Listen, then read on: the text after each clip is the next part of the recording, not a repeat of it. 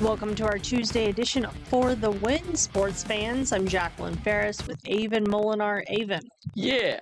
we made it to Tuesday. Bless up. Let's go. I know. It's Tuesday. There has to be a sports fan out there that is excited about something regarding Tuesday. There has to be a game somewhere. Yeah, I mean, with the Olympics on, Yeah. we got about 5 days left, give or take. It's got to be excited about something. Maybe it's ice dancing. Maybe it's hockey. Maybe it's... Women's luge. Exactly. There's a lot to cover. There's a lot. to cover. So much so that we can't cover it all. I know. It's really hard. It's really hard. Unless you guys want like a 3-hour show, just let us know. That would be awesome. Don't tempt us.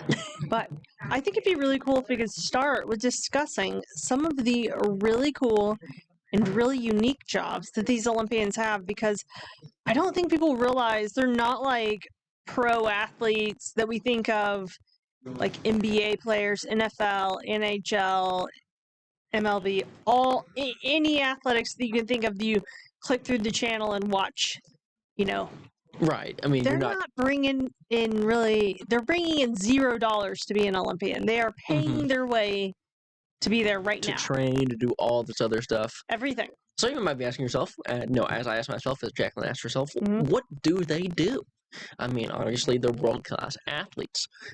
Some people might not think curlers are.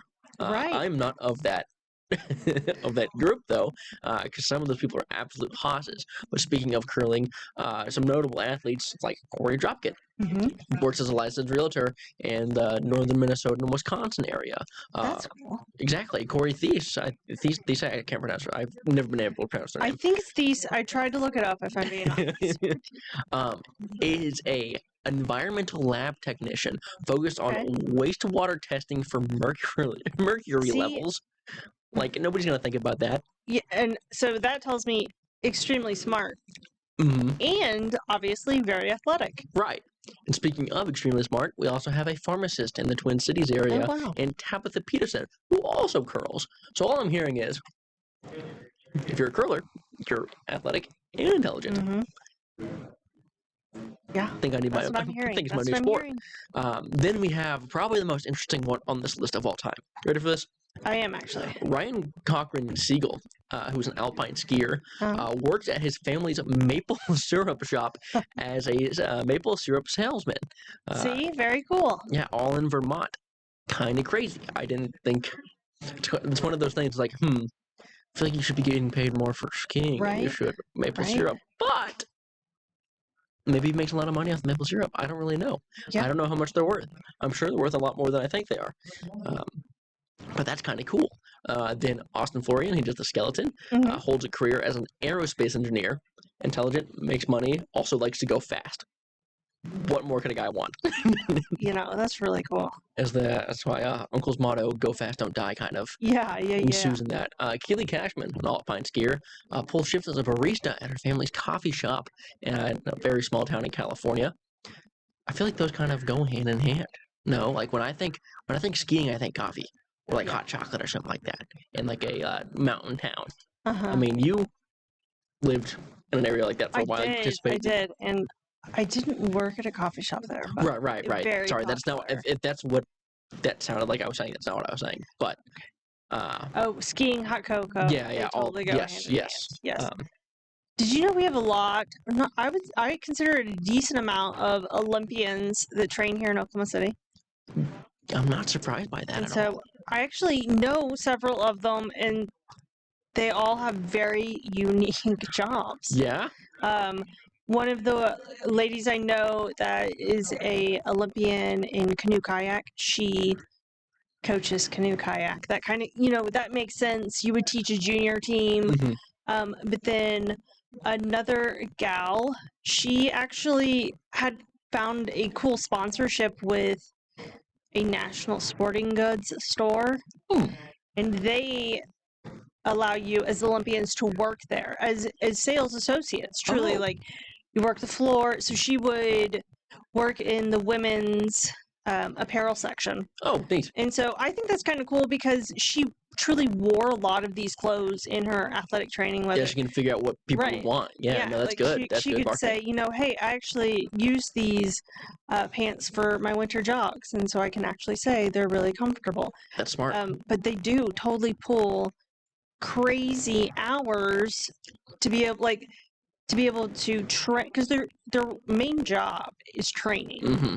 and so they're picking up typically odd hour jobs to be able, Like overnight security and stuff like that. like honestly, a lot of them, yeah, in 1, 2, and 3 part-time jobs That's to crazy. I cover couldn't imagine. the flex of going to the Olympics. And what was crazy is I had an opportunity to interview one of the ladies training for what was she? She was training for Para Summer in Rio, Yeah. and I was shocked that truly, like, not only I guess I expected leading up to the Olympic to becoming an Olympian or on the U.S. team, you would be paying your training, Hmm. but even continuing into, like, we're packing our bags to go to Rio de Janeiro. You're footing that bill as the athlete. Right. Isn't that crazy? That is crazy. Have you ever seen American Just Ninja for the Warrior? dream.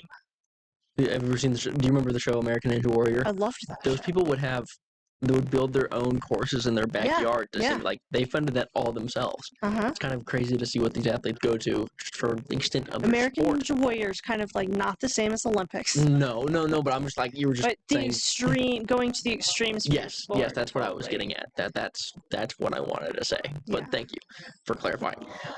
But yeah, no, I mean, some people like Paige Jones. She has a biomedical engineering degree, but she wants to ski jump. Bradley Wilson, who does the moguls, sells painting and arts to help finance his skiing career. And then there's obviously we have a lot of people that are in the military, and we support all of them in that regard. But there are several world class athletes, such as Emily Sweeney. She's a member of the luge team, but is also a member of the National Guard. Right. Nathan Weber does bobsled. Kind of weird that the two of the military members we list off do very similar sports, but he, cool enough, is an active duty Green Beret and sergeant first class in the Army. That's very cool. Kind of I think his body is just like built for whatever. Like he's put himself through so much for this. It's kind of crazy.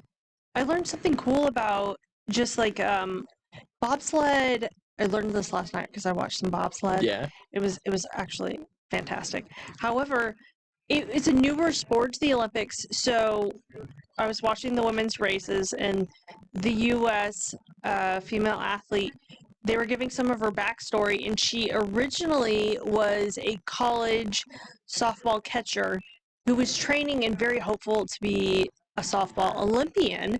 And when the reality of that dream just not coming to fruition, she thought, bobsled. How do you... So did she just like discover she was good at that, or like... I don't know. Was she pushing her sled really fast one day and someone was like... I kind of wonder if she was in some sort of like Olympic training facility, training, and they...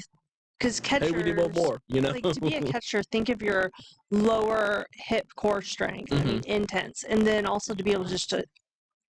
Be able to get up real fast. That massive bobsled, because, she is hoofing it. So, isn't that cool, though? You can transition, Does she have a specialized part of her? Like, is she like the 2-man? Is she a 4-man? It was 1 man. A 1 man. Oh, okay. So it's all on you. It's all wow. Hey, isn't that cool to be able to to pivot though? Round of applause to her. Yeah. To be able to pivot, to have the dream to be an Olympian and realize this isn't going to work. Right. For this sport, to be able to just. I don't know. I think it's cool. Speaking of bobsleds, I saw an article today. I can't remember what it was on, but one of the Jamaican bobsled team members is a fisherman. Like he just enjoys fishing more than anything else. Like competitive bass boat fishing. I'm not entirely sure. Like where I think he just prefers being on the dock of the bay. I think so. I think he is casting away. I think that's exactly what he's doing. Pail of worms. That's awesome. He's on the really the wrong side of the water here. That's what I was thinking. Culturally, you should come over here and go down south. Exactly. We got a place for you. Definitely doesn't need to be in the mountains or of Milan, but no. Hey, you can't really fish there that well. But maybe that's how he sends out. Like, when he is training for this very intense winter sport, that's pretty harsh on your body. He's getting zen. Oh, I'd hope so. Thinking about just down on the dock. The sun is setting. He's just at peace. It's humid. You hear the crickets. You gotta You're have the gonna put me bug to sleep, spray. Jacqueline. My goodness, we're not supposed to be sleeping on No, this show. no sleeping. But let's do take a quick break because I think we're gonna come back and talk double OSU basketball, men and women. Is that what I see? I believe so. When we return. Welcome back to For the Win Sports Fans. I'm Jacqueline Ferris with Avon Molinar, and we are absolutely feeling sporty today, aren't we? Always, as always. That's right. Can we talk OSU basketball, specifically ladies? Because I think we should. I think there's something to chat.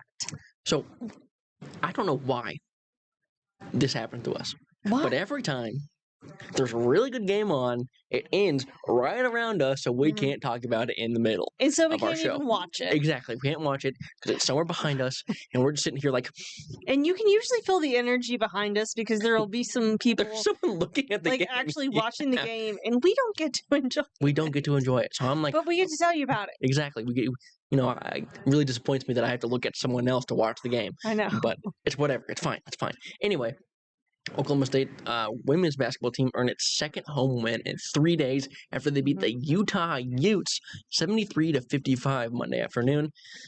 They've improved to 21-7 overall, 10-5 in conference play. That should mean they're just about in for the tournament. Utah got 5 points early before, Haley Timmer was like, nah, I'm going to answer back. No, Going thank you. back-to-back layups to start a 9-point run. Micah Gray had a layup and a three-pointer with 2 minutes left in the quarter before scoring went dormant for a little bit. The second quarter was very low scoring before Jaden Wooten was like, hey, let's lock in. Got a mid-range to fall. Then they went on a 10-4 run. And going into halftime, it was 29-23, led by Haley Timmer, who had 12 points as well as a pair of assists and rebounds. I'm then- curious. Yes. I'm curious. Was there any point in the game when our girls didn't have control? Because so far, I'm not hearing it. And I don't believe when so. I went through, I did check on ESPN to see how the game went, and it looked like we dominated top to bottom. Yeah, no. When I could watch the game, I'd look over, and the only thing I was disappointed in was the fact that our when we'd inbound it to our big man or our post player, let's put it that way, not our big man, sorry, our post player, we'd have these hooking like bounce passes, these really weird extents, but for some reason our center was posted up. Okay, so let's put it this way: this is our center, this is the guard. She was like right here, and so they would intercept our passing lanes, Oh, and we could have scored like 8 times. I watched like 4 different possessions where I saw the exact same play at least 2 to 3 times, and I was like, why are we? This girl has probably like 2 inches on their center. Just Right. post her up, split her back down, hit her high, so she could dribble back in and lay it up. I mean, at least get fouled or something. But no, we wanted to go for these bounce passes Like, to have yeah, a little they- flash for it. and it didn't seem to take away from the final score, Mm-mm. but it definitely makes me think, if we wouldn't have been trying to, I don't know, Right. be cool. Yeah, we have didn't need cool the passes. flash. No Now- flashes. now, You got the game. That is a good fundamental pass. It's just when she is behind the Oh, totally, person, it yeah. doesn't make sense. Yeah. But that's just my only critique because they won. We're So just- I can't be mad. You're just truly like a backseat coach in here for them. But Listen, this is why I'm not a coach. They would not let me do this. They'd be like, nah. but Um, I do think great game, gals. Great game. great game. Round of applause. Round I of think so, applause. yeah. When can we expect to see them play again? Yeah, our so they'll be Cowgirls? back in action Saturday when they take on West Virginia in West Virginia at Morgantown on February 21st at 1 p.m. They've got a lot of time to rest, relax, maybe work on some new inbound plays here and there. Let's set some screens, girls. Come on now. They did really well passing the ball. There was a point where I would see a dribble right, Mhm. pass, then they'd switch. It was great. It was great fundamental offense. It's just those little inbound plays were just driving me crazy, Jack. They just I were know, driving me but crazy. you know what? Positive. They won. True. They True. won. You got me there. You got me there. And the men do play tomorrow. They take on Kansas, but we're going to talk that tomorrow Exactly. because I want to talk Olympics. Men's hockey? Yes. Are you up for it? I'm always up for Hockey, I think it's becoming one of my favorite sports, I know. especially the women's hockey in particular. You It's want- blowing me away. But I want to go men's first. I do want to go men's first Okay. because they're a little bit farther behind the women's right now. I have to admit, while you're flipping that, I'm going to tell you, the second I leave work, I go home, turn on the news for so I can watch the Olympics. Yeah. Well, okay. I love the Olympics. Before we- I really actually, love watching the Olympic coverage. Before we get into hockey, I just need to know, Mm. with all the ice dancing and stuff that's going on right now, I've been watching every second of it. what has been your favorite event? You know, so I love the ice dancing. I'm gonna get all the names of all of this wrong. Remember, okay. I don't know what I'm doing. That's okay. The ice dancing when it's pairs, like Okay. Yeah, I know, two people, the couples. Yeah, the couples dancing. It's so impressive to me, the synchronization, because it's already extremely. I feel like a 1% sport in the sense like 1% of people could be masterful like that at Right. something, but then to have to do it with two people, hmm bananas. Especially has someone that has to physically lift everything. Like Yes, it's great. It's great. I mean, and I do have to admit, my favorite part of the Olympic coverage is the stories still about the athletes. I fair enough. admit I totally cry. Really, I do. I cry because I love the good story. I love a good story. that's fair. That's why you're here. I mean, Love a good story. that is why you're here. We tell stories here. But what about you? What's been your favorite part of Seeing- just this? It's a big deal. Honestly, I the think it's been Olympics. seeing women's hockey dominate so well. Because literally, I don't know how they've been doing it. Swear to goodness that like every other game has been, actually every game has been 5-0, 5-1, 5-0, just 5-0, crushing. 5. Yeah, like they just beat Sweden a couple days ago, 5-0. Now they get to go Does play it- Canada. Does it make you wonder? Like, how are they that much dominant? Like, I know a lot of people are asking the same question. like They're like, have it's they been not- tested enough? I mean, it's like they're exceptionally bad. It's not Mhm. comparing apples to apples. It's not. It's very much comparing apples to even bananas. Yeah. Like not even oranges, bananas. Things that Yes. can't roll. Yes. I don't know. I think it's obviously the talent's there, the want is there. hmm I feel like a lot of people just kind of underestimated that team too, especially when you have so many veterans on that team. I mean, like Hillary Knight, for example. Mhm. She's been doing this for the last 16 years. She's been to 4 different Olympics, It's crazy. and she could Crazy. get gold. She could get It's gold, crazy. and legitimately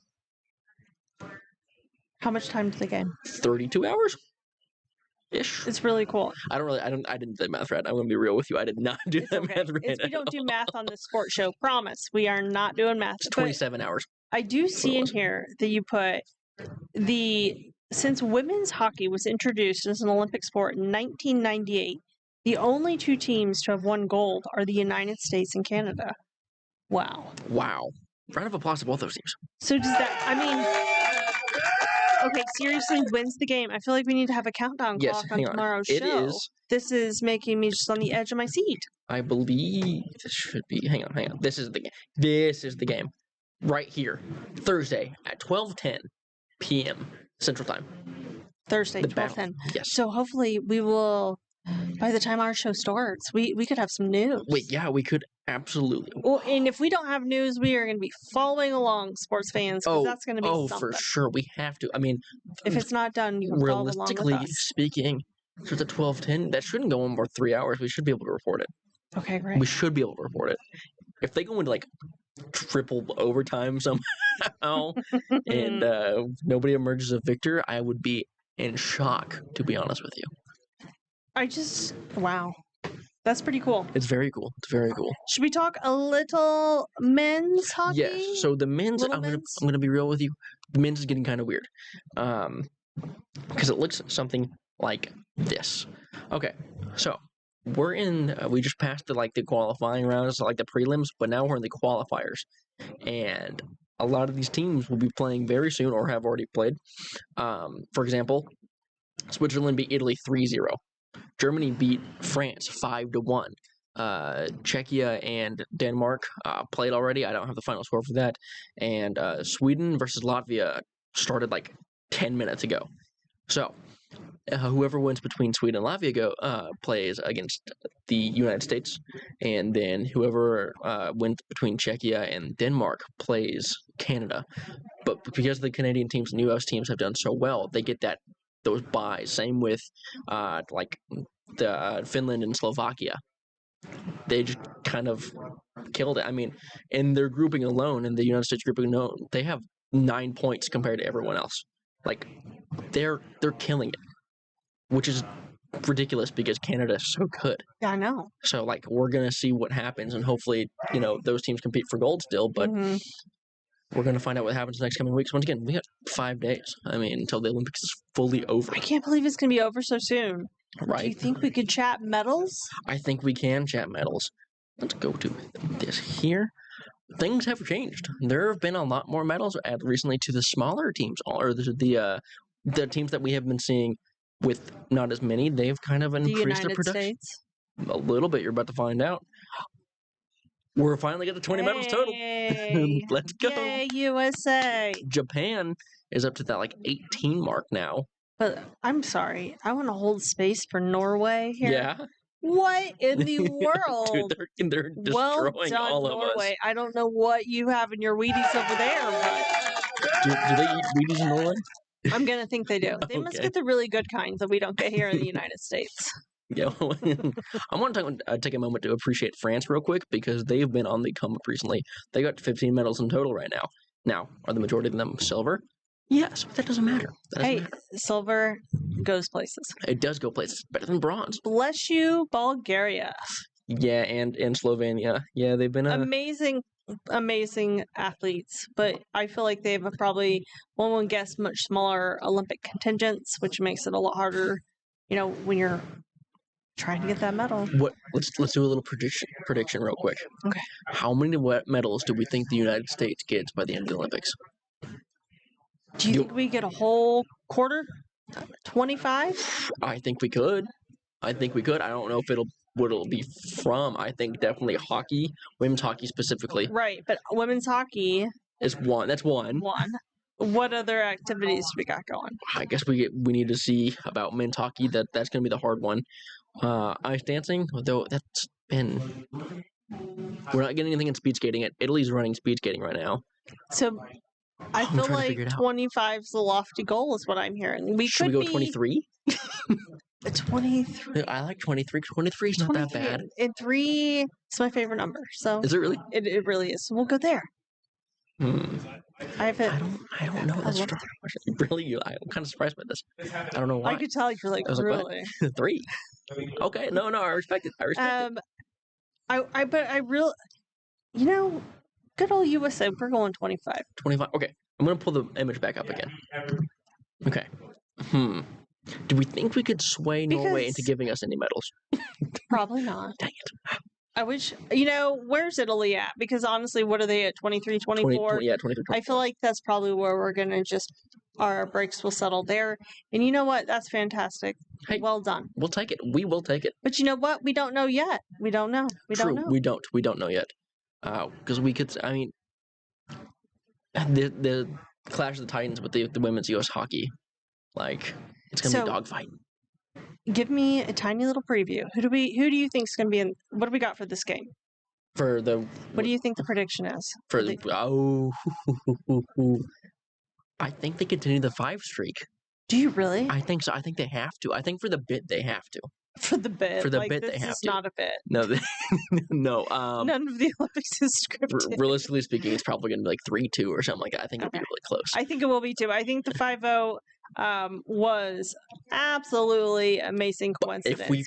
Epic. Jacqueline, if we beat Canada 5-0, I'll pay my chest on air. Just kidding. I will not do that. Please don't do that. I will not do that. We could definitely sing some songs or something. What?